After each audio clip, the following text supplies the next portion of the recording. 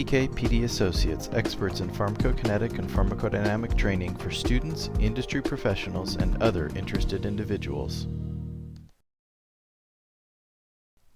Welcome, my name is Nathan Tuscher from PK/PD Associates, and this is a basic primer in pharmacokinetics. Have you ever read a drug label and wondered where all that information comes from? Or perhaps you want to know why it's there or how the drug maker comes upon all this information. Let's take Sudafed, a common nasal decongestant, as an example. The drug label contains a large amount of information. First, there is the amount of drug in the tablet or pill, and the diseases or conditions which the drug treats. Then there are warnings about other drugs that should not be taken with Sudafed, a list of specific medical conditions that might preclude the use of the drug, and there are lists of possible side effects also. Finally, there is a recommendation of how much drug to take and how often. All of this information comes from pharmacokinetic analysis.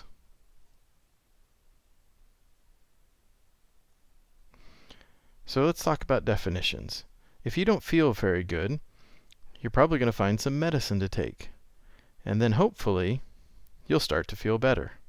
This is called pharmacology. And the drug uses from the product label are really the effect of a drug on a person's well-being or how they feel. Now, let's consider eating a sandwich. You put that sandwich, you ingest it into your body, and the nutrients are absorbed. Then the body converts this food into energy stores. This conversion process is called catabolism. Now consider a drug that goes into the body. After ingesting the drug, the body absorbs the drug into the bloodstream. Then the body breaks that drug into smaller pieces called metabolites.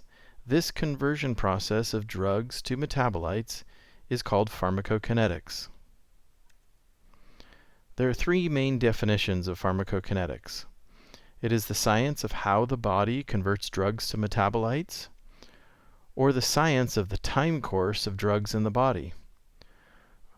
Or in another way to say it, it's what the body does to the drug. So science and math have always had a connection. Throughout history, there's been many examples where discoveries are related to mathematical equations. These equations describe the world around us. You have E equals mc squared from Einstein, an equation of a line, Newton's second law of motion, the Pythagorean theorem from the Greeks, and finally Beer's law of absorbance of light. All of these are mathematical representations of real-life observations. Just like those previous equations, the science of pharmacokinetics can be reduced to a mathematical equation. On the left side, we have the concentration of a drug at some time t. On the right-hand side, we have a function of PK parameters p. These PK parameters are based on the physiology of the human body. There are 5 key pharmacokinetic parameters: dose, bioavailability, volume of distribution, clearance, and absorption rate constant. So let's describe each one of these and how they affect the pharmacokinetics. When you have a pharmacokinetic equation, you can always input different time values and then get concentration values to generate a curve. So all of these curves will describe what happens when we change one of these parameters. So as the dose increases, so do the drug concentrations. You can see this as we move from the half a dose, which is the green line, to a full dose at the red line, and then a double dose at the blue line, which is the highest. Bioavailability is a measure of how much drug reaches the bloodstream.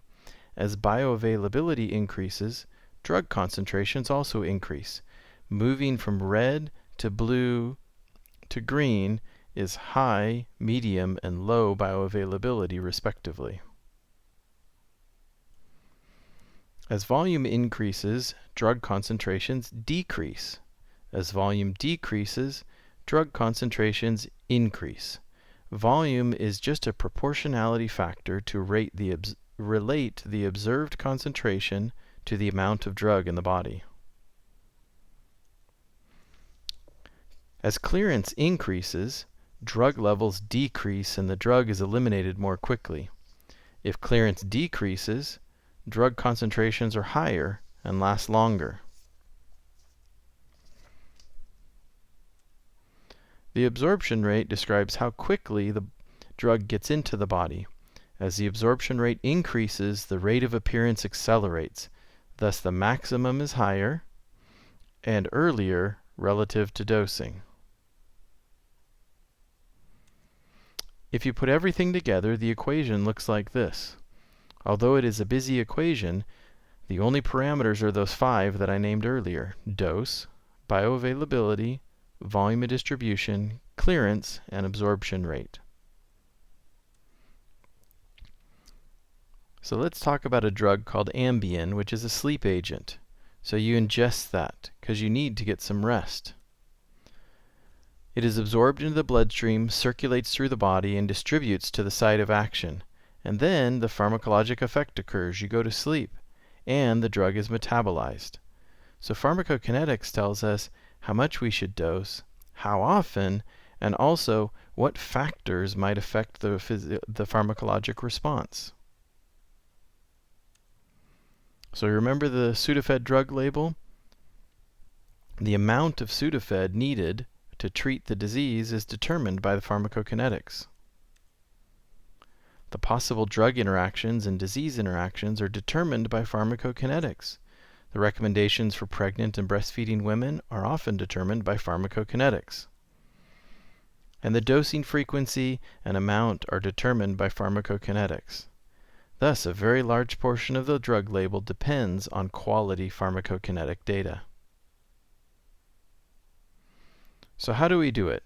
To determine the pharmacokinetics, first we measure how quickly drug appears in the bloodstream after administration. Then we measure how the drug leaves the body, and how it changes over time. And we calculate how fast the drug disappears as it is converted into metabolites and even secondary metabolites. So what are the important pharmacokinetic parameters? Many may be familiar with parameters such as Cmax, Tmax, and AUC. These are often thought of as the key pharmacokinetic parameters. But using a definition, pharmacokinetics is the effect of the body on the drug. Physiology must determine the pharmacokinetics. Therefore, the key pharmacokinetic parameters are related to physiology. So volume, clearance, and absorption rate constant are some of the primary PK parameters. Volume defines how the drug gets to all the various parts of the body. Clearance defines how the body removes the drug. And the absorption rate defines how quickly the drug enters the body after administration. Now, as I said, you may be familiar with other PK parameters like Cmax, Tmax, and AUC. Well, where do they fit in? The truth is, PK parameters are kind of like colors on a color wheel. You have primary colors. If you mix 2 primary colors together or combine them, you can get a secondary color. And then if you start combining secondary and primary colors, you can get a tertiary color. The same thing exists with pharmacokinetic parameters. Primary pharmacokinetic parameters are determined by the physiology: clearance, volume, absorption rate, and dose. From these primary parameters, we can derive secondary parameters such as the elimination rate constant, area under the curve, and then we can start to determine tertiary pharmacokinetic parameters such as half-life, Cmax, and Tmax. So, do you think you know everything you need to know about pharmacokinetics? You might say yes. You know that the PK is the effect of the body on the drug. And the key to success is knowing that primary pharmacokinetic parameters, the ones determined by physiology, are volume, clearance, and absorption rate. I like the Cougars. Well, since I'm picking UCLA to win this game, this has got to be the week's not so fast, my friend. Los Angeles style. I'm telling you, Los Angeles style.